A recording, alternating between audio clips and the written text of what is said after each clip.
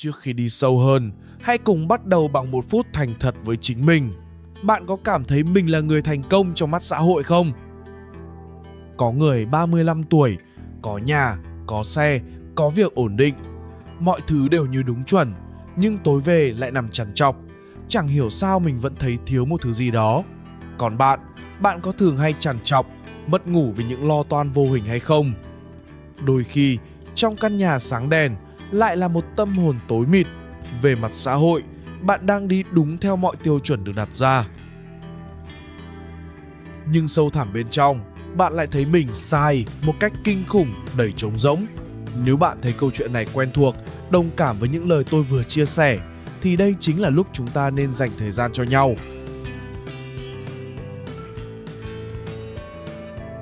Mục đích của cuộc trò chuyện này không phải là tạo thêm áp lực phải hoàn hảo, mà là cho phép bạn được phép dừng lại và buông bỏ gánh nặng.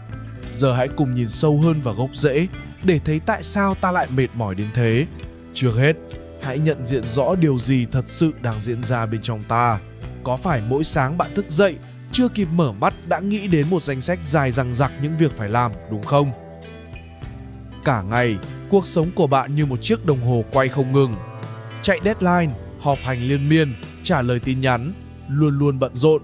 Tối về, ta lại lướt mạng xã hội, thấy bạn bè khoe những chuyến du lịch xa hoa hay những thành tựu mới, cảm giác tự ti bỗng dưng ập đến.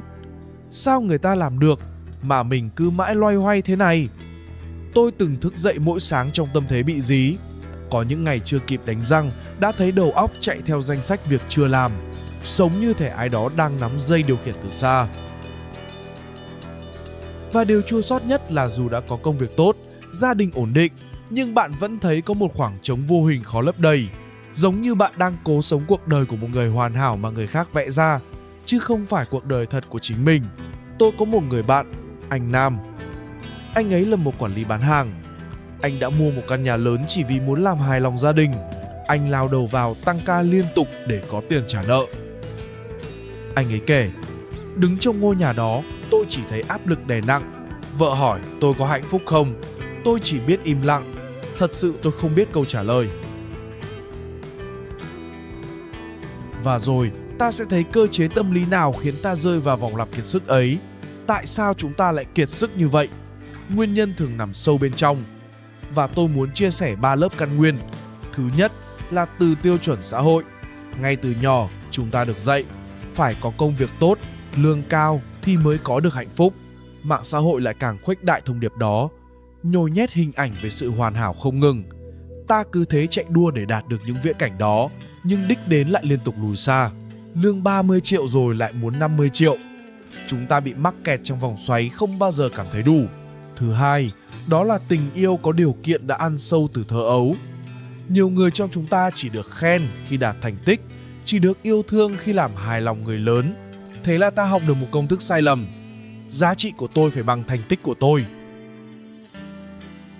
Bạn tin rằng mình chỉ xứng đáng được yêu khi mình thành công. Thứ ba là việc ta phải đeo quá nhiều mặt nạ khác nhau. Để đạt được sự thành công đó, bạn phải đóng vai người quản lý giỏi, người con hiếu thảo, người vợ hoặc chồng chu toàn. Cứ luân phiên thay đổi vai diễn, đến một ngày ta lạc mất con người thật của mình. Các nhà khoa học chỉ ra rằng con người có xu hướng tự động so sánh bản thân, và trong thời đại này, ta lại so sánh cuộc sống thật với bao khó khăn của mình với cuộc sống ảo đã được cắt gọt của người khác. Làm sao ta không cảm thấy thua cuộc cho được? Tạp chí Harvard Business Review đã nhấn mạnh, hội chứng burnout không chỉ đến từ việc làm quá nhiều, mà còn đến từ việc ta cảm thấy mất kiểm soát và thiếu ý nghĩa trong công việc. Hậu quả là sự kiệt sức cả về thể chất lẫn tinh thần. Và có lẽ, bạn kiệt sức không phải vì bạn yếu đuối, mà vì bạn đang tham gia một cuộc đua không thấy được vạch đích. Điều an ủi là, khi ta hiểu rõ nguồn gốc của sự mệt mỏi, ta có thể bắt đầu thay đổi. Không cần phải thay đổi cả thế giới, chỉ cần thay đổi cách ta nhìn nhận cuộc sống này, vậy cũng đủ rồi. Giờ là lúc bước ra khỏi vòng xoáy ấy bằng 3 hướng đi giản dị nhưng sâu sắc. Vậy hành trình chữa lành này nên bắt đầu như thế nào? Tôi muốn chia sẻ 3 chiến lược rất thực tế. Nó không đòi hỏi bạn phải tốn tiền hay mất nhiều thời gian. Điều duy nhất cần là một quyết định nghiêm túc với bản thân. Đây không chỉ là những lời khuyên suông, mà là kinh nghiệm tôi đã áp dụng để tìm lại sự bình yên. Chúng ta sẽ cùng nhau đi qua 3 cánh cửa này. Điều quan trọng, đây không phải là danh sách thêm việc phải làm, mà là những hành động giúp bạn bớt đi gánh nặng để có khoảng trống cho tâm hồn. Bước đầu tiên, hãy thử định nghĩa lại, giá trị thật của ta nằm ở đâu? Bước đầu tiên là tái thiết lập thước đo về bản thân. Hãy viết lại định nghĩa về giá trị của chính bạn. Xã hội thường dạy chúng ta, giá trị phải được đo bằng năng suất lao động. Bạn chỉ giỏi khi bạn kiếm được nhiều tiền và có chức vụ cao. Nhưng thực ra, giá trị cốt lõi của bạn nằm ở việc bạn là một con người tử tế. Đó là lòng trắc ẩn, sự trung thực với bản thân và khả năng yêu thương không cần điều kiện. Nhưng điều này không thể đo lường bằng bất kỳ chỉ số KPI nào cả. Bạn hãy thử làm bài tập này. Lấy giấy bút và viết ra 5 điều bạn tự hào về bản thân mà không hề liên quan đến tiền bạc hay công việc. Ví dụ, tôi là người biết lắng nghe, tôi kiên nhẫn chăm sóc người thân, hay tôi luôn giữ lời hứa. Sau đó, hãy dán danh sách đó lên nơi bạn dễ nhìn thấy nhất. Mỗi sáng, bạn hãy đọc lại nó một lần. Khi bạn cảm thấy mình chưa đủ tốt, hãy đọc lại danh sách này và tự nhắc nhủ, tôi có giá trị, không phải vì tôi đã làm được những gì, mà vì là một con người. Chị Hương, một kế toán, từng nghĩ, tôi chỉ có ý nghĩa khi tôi làm việc giỏi. Có lần chị ốm nặng, phải nghỉ 1 tuần, chị thấy mình vô dụng. Nhưng con gái chị đã nói, mẹ ơi, mẹ nghỉ ở nhà, con vui lắm, mẹ chơi với con nhiều hơn. Lúc này, chị ấy mới chợt hiểu ra, giá trị của mình nằm ở nụ cười của con, không phải ở bảng lương. Tôi biết điều này có thể khó khăn lúc ban đầu, nhưng hãy nhớ, sự không hoàn hảo của bạn chính là nét đẹp độc đáo và chân thật nhất. Bước tiếp theo, học cách buông bỏ. Không phải buông xuôi, mà là chọn lọc điều xứng đáng giữ lại. Bước thứ hai là kỷ luật buông bỏ. Hãy học cách nói không một cách khéo léo và dứt khoát.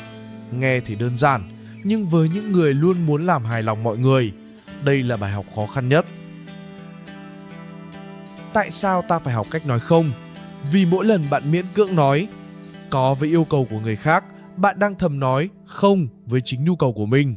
Năng lượng của bạn là hữu hạn. Nếu bạn dành hết năng lượng đó để diễn vai, bạn sẽ chẳng còn gì cho bản thân thật của mình. Bạn hãy thử làm 3 điều sau. 1 là lọc mạng xã hội. Hãy dũng cảm hủy theo dõi những tài khoản làm bạn thấy thua kém để bảo vệ năng lượng tinh thần của mình. 2 là tập nói không 1 lần mỗi tuần. Chọn một lời mời bạn không muốn nhận, rồi luyện câu cảm ơn bạn, nhưng lần này tôi xin phép không tham gia. Tôi cần ưu tiên thời gian cho bản thân. 3 là 15 phút không điện thoại mỗi sáng. Từ lúc thức dậy đến 15 phút sau, bạn không được check điện thoại, chỉ ngồi yên, uống một ly nước. Nhìn ra ngoài cửa sổ, anh Minh, giám đốc kinh doanh, luôn đi nhậu cuối tuần vì sợ mất lòng sếp. Một lần, anh dám nói lời từ chối. Xin lỗi, tối nay em phải về chơi với con. Mọi người trả lời rất thoải mái. Không sao. Anh Minh chợt nhận ra, nỗi sợ mất lòng chỉ là do anh tự nghĩ ra. Thực tế, người khác không quan tâm đến mình nhiều như mình vẫn tưởng. Khi bạn bắt đầu nói không, có thể bạn sẽ thấy tội lỗi. Đó là cảm giác bình thường vì bạn đã quen làm người tốt trong mắt mọi người rồi. Nhưng hãy nhớ, bạn không ích kỷ. Bạn chỉ đang học cách bảo vệ không gian và năng lượng của riêng mình. Và cuối cùng, quay trở về nơi duy nhất ta thật sự có thể sống, bây giờ và ở đây. Bước cuối cùng là sống trong khoảnh khắc, bây giờ, ở đây. Bạn có để ý không? Phần lớn thời gian, tâm trí chúng ta không ở hiện tại. Đang ăn cơm thì lo chuyện ngày mai. Đang chơi với con thì nghĩ về chi tiêu tháng sau. Đang nằm ngủ thì hối tiếc chuyện đã xảy ra. Chúng ta hay tự nhủ, một ngày nào đó mình sẽ hạnh phúc, khi có đủ tiền, khi con cái trưởng thành. Nhưng một ngày nào đó sẽ chẳng bao giờ đến nếu ta không hạnh phúc ngày bây giờ. Vì sau này cũng chỉ là một khoảnh khắc bây giờ khác mà thôi. Có 2 cách rất đơn giản để bạn thực hành hiện tại. 1 là chánh niệm đồ ăn. Chọn một bữa ăn trong ngày, ăn thật chậm, không có điện thoại, cảm nhận rõ ràng hương vị, kết cấu và cảm giác no dần của cơ thể. Khi bạn thật sự tỉnh thức, món ăn bình thường cũng trở nên tuyệt vời. 2 là đi bộ 10 phút không điện thoại. Mỗi ngày dành 10 phút đi bộ, bạn hãy để điện thoại ở nhà, chỉ tập trung vào tiếng chim, hơi thở của mình và cảm giác bàn chân chạm đất. Trong 10 phút đó, Bạn không cần phải đóng vai gì cả, chỉ là một con người đang sống. Chị Linh, một bà mẹ bận rộn, kể: tôi thử thức dậy sớm hơn 10 phút, ngồi yên bên cửa sổ chỉ nhìn trời. Ban đầu tôi nghĩ mình đang lãng phí thời gian, nhưng chỉ sau một tuần tôi thấy mình bình tĩnh hơn. Tôi ít la mắng con hơn và cảm thấy nhẹ nhàng hơn rất nhiều. Đó là món quà quý giá tôi tự tặng cho bản thân. Thiền sư Thích Nhất Hạnh đã dạy: hạnh phúc chỉ có thể có ở hiện tại, ngay bây giờ, ở đây. Đó chính là ý nghĩa.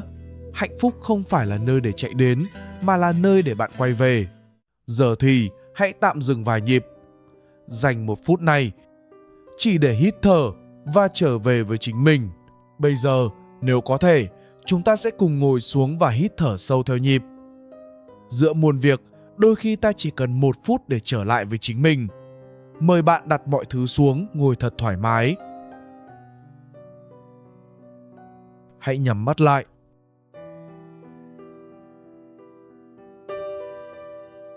Hít vào chậm rãi, đếm 1, 2, 3, 4. Giữ hơi, đếm 1, 2, 3, 4. Thở ra từ từ, đếm 1, 2, 3, 4, 5, 6.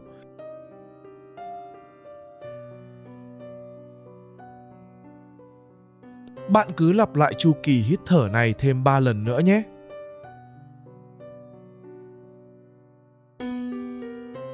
Bây giờ, bạn không cần phải suy nghĩ gì cả. Chỉ cần nhận biết một cảm giác nào đó đang có trong cơ thể mình. Có thể là luồng hơi thở qua mũi, cảm giác nóng râm ran ở lòng bàn tay hoặc bàn chân, sự căng thẳng ở vai.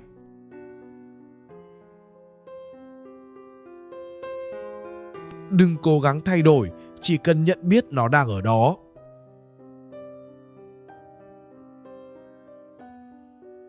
Từ từ mở mắt ra.